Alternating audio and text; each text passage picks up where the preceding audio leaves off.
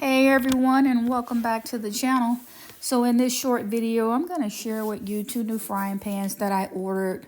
I actually saw these frying pans on another content creator's page. I liked how she demonstrated them. She was cooking a meal. I was just intrigued by this one particular pan for sure, this grill pan, but I just went ahead and ordered the set. Same set that she had. So please don't sleep on Home Shopping Network. This is where these pans came from, HSN Home Shopping Network. I purchased I think this is a 10-inch grill pan, but make sure you go to Home Shopping Network and see what they have in stock.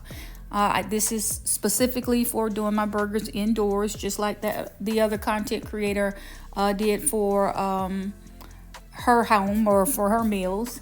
And I also purchased the saucepan. So I have them all out of the boxes.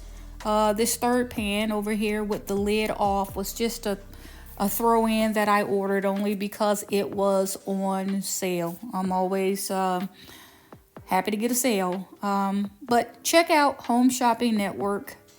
Make sure you go there and just see what they have in store, and maybe you'll like something for yourself as well. This is Freddie King's Home Decor.